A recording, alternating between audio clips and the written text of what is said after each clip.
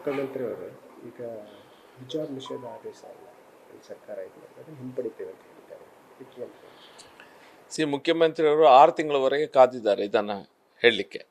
6 ತಿಂಗಳು ಕಾದದನ್ನು ನೋಡಿದರೆ ಈಗಿನ ಸಿಚುವೇಶನ್ ಏನಿದೆ, ಕರ್ನಾಟಕ ರಾಜ್ಯ ಸರ್ಕಾರದ ಸಿಚುವೇಶನ್ ಇದೆ, ಬಹಳ ಫೈನಾನ್ಷಿಯಲಿ ಬಹಳ ಒಂದು ಹದಗೆಟ್ಟಿದ ಸಿಚುವೇಶನ್ ನಮ್ಮಲ್ಲಿದೆ.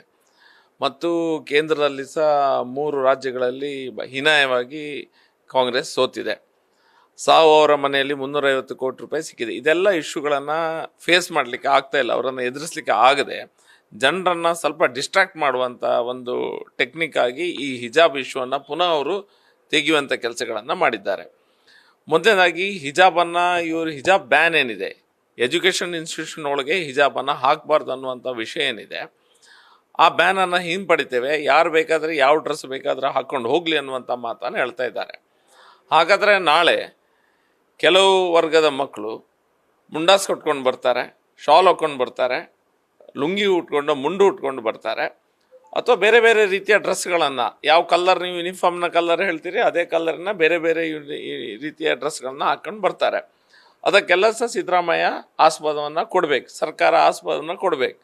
ಆಗ ಮಾತ್ರ ಅವರೇನು ಈ ಮಾತನ್ನು ಏನು ಹೇಳಿದ್ದಾರೆ, ಯಾರು ಬೇಕಾದರೆ ಯಾವ ಡ್ರೆಸ್ಸನ್ನು ಬೇಕಾದರೆ ಹಾಕ್ಕೊಂಡು ಬರ್ಬೋದು ಅಂತ ವಿಷಯ ಇದ್ದರೆ, ಹಾಗಾದರೆ ಎಲ್ಲರೂ ಸಹ ಅವರವರಿಗೆ ಬೇಕಾದ ವಸ್ತ್ರಗಳನ್ನು ಹಾಕ್ಕೊಂಬರ್ಲಿಕ್ಕೆ ಸರ್ಕಾರ ಅವಕಾಶವನ್ನು ಮಾಡಿಕೊಡ್ಬೇಕು. ಮೊನ್ನೆ ಡಿ.ಕೆ. ಶಿವಕುಮಾರ್ ಅವರ ಕೇಸನ್ನು CBIನ ಹೊರತೆಗೆದ ವಿಷಯದಲ್ಲಿ ಸದನದಲ್ಲಿ ಮಾತಾಡ್ತೇವೆ, ಅದ್ರ ಬಗ್ಗೆ ಮಾತಾಡಬೇಕು ಅನ್ನುವಂಥ ಮಾತನ್ನು ಹೇಳಿದಾಗ ಇಲ್ಲ ಅದು ಸಬ್ಜುಡಿಸು, ಅದು ಯತ್ನಾಳ್ ಅವರು ಕೋರ್ಟಲ್ಲಿ ಹಾಕಿದ್ದಾರೆ, ನಮಗೆ ಅದು ಮಾತಾಡ್ಲಿಕ್ಕೆ ಆಗೋದಿಲ್ಲ, ಅದ್ರ ಬಗ್ಗೆ ಮಾತಾಡ್ಲಿಕ್ಕೆ ಆಗೋದಿಲ್ಲ ಅನ್ನುವಂಥ ಮಾತನ್ನು ಹೇಳಿದ್ದಾರೆ. ಈ ಕೇಸು ಸಹ ಈಗ ಸಬ್ಜುಡಿಸ್ ಇದೆ. ಹೈಕೋರ್ಟ್ನಲ್ಲಿ ಹಿಜಾಬ್ ಬ್ಯಾನ್ ಏನಿದೆ ಅದನ್ನು ಎತ್ತಿ ಹಿಡಿದಿದ್ದಾರೆ. ಅದರ ವಿರುದ್ಧ ಈಗ ಯಾರೋ ಸುಪ್ರೀಂ ಕೋರ್ಟಿಗೆ ಹೋಗಿದ್ದಾರೆ. ಸುಪ್ರೀಂ ಕೋರ್ಟ್ನಲ್ಲಿ ಇನ್ನೂ ಸಹ ಪೆಂಡಿಂಗ್ ಇದೆ. ಪೆಂಡಿಂಗ್ ಇರುವಂಥ ಸಂದರ್ಭದಲ್ಲಿ ಸರ್ಕಾರ ಈ ರೀತಿಯ ಕೆಲಸಗಳನ್ನು, ಸ್ಟೇಟ್ಮೆಂಟ್ಗಳನ್ನು ಮಾಡೋದು ಸರಿಯಲ್ಲ.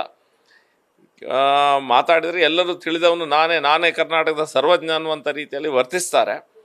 ಆದರೆ ಜನರನಿಗೆ ಈ ರೀತಿಯ ಇವರ ಫ್ರೀ ಬೀಸ್ ಏನು ಭಾಗ್ಯಗಳನ್ನು ಕೊಟ್ಟಿದ್ದಾರೆ, ಯಾವುದೇ ಭಾಗ್ಯಗಳನ್ನು ಸರಿಯಾಗಿ ಮಾಡಲಿಕ್ಕೆ ಆಗ್ತಾಯಿಲ್ಲ.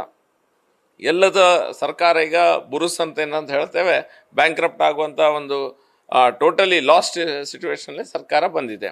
ಎಲ್ಲ ಒಂದು ಕಡೆ ಜನರ ಮನಸ್ಸನ್ನು ಕೇಂದ್ರೀಕೃತ ಈ ವಿಷಯದಿಂದ ಬೇರೆ ಕಡೆ ಡಿಸ್ಟ್ರಾಕ್ಟ್ ಮಾಡಲಿಕ್ಕೆ ಪ್ರಯತ್ನ ಮಾಡ್ತಾ ಇದ್ದಾರೆ ಅನ್ನೋದನ್ನು ಅನಿಸ್ತದೆ. ಅದು ಒಂದು ವಿಷಯದಲ್ಲಿ ಸರ್ಕಾರ ಇದು BJP ಯಾವ ರೀತಿ BJP ನೋಡಿ, ನಮಗೆ ಶಾಲೆ ಎಜುಕೇಷನ್ ಇನ್ಸ್ಟಿಟ್ಯೂಷನ್ ಅಂತ ಹೇಳಿದ್ರೆ ಒಂದು ದೇವಸ್ಥಾನಕ್ಕೆ ಸಮಾನ.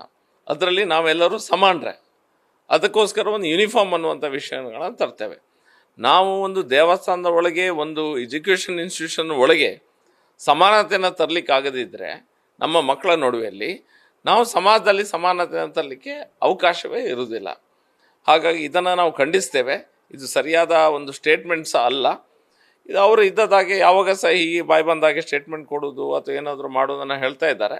ಇನ್ನು ಮತ್ತೊಂದು ಸಮಸ್ಯೆಗಳಾದಾಗ, ಇನ್ನೊಂದು ಆದಾಗ ನಾವು ಗೋಹತ್ಯೆ ಅದನ್ನು ತೆಗಿತೇವೆ ಅಂತ ಹೇಳಿದೆ. ಇಷ್ಟುವರೆಗೆ ಅವರು ಮಾತಾಡಲಿಲ್ಲ, ಯಾಕಂತ ಹೇಳೋರು ಕಾಯ್ತಾ ಇದ್ದಾರೆ ಡಿಸ್ಟ್ರಾಕ್ಷನ್ ಮಾಡಲಿಕ್ಕೆ.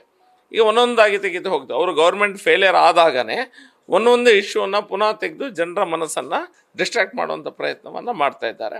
ಮತ್ತು ಭಾರತೀಯ ಜನತಾ ಪಾರ್ಟಿ ಇದನ್ನು ಹಿಜಾಬ್ ಬ್ಯಾನ್ ಇದೆ ಅದನ್ನು ಮುಂದುವರಿಸ್ಕೊಂಡು ಹೋಗಬೇಕು.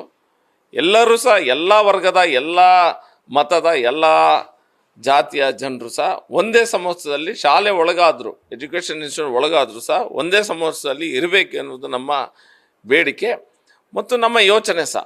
ಅದಕ್ಕೆ ವಿರುದ್ಧವಾಗಿ ಒಬ್ಬರು ಒಂದು ರೀತಿಯಲ್ಲಿ ಡ್ರೆಸ್ ಮಾಡ್ಕೊಂಡು ಬರಲಿ, ಮತ್ತೊಬ್ಬರು ಮತ್ತೊಂದು ರೀತಿಯಲ್ಲಿ ಬರಬೇಕು. It is not a religious requirement. ಧಾರ್ಮಿಕವಾಗಿ ಆಚರಣೆಗಾಗಿ ಬೇಕಾದಂಥ ವಿಷಯ ಅಲ್ಲ.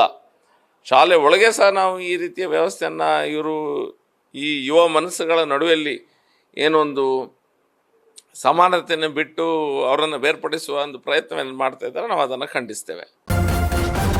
ನ್ಯೂಸ್ ಫಸ್ಟ್, ನಿರ್ಭೀತಿಯಿಂದ ನಿಮ್ಮ ಪರವಾಗಿ.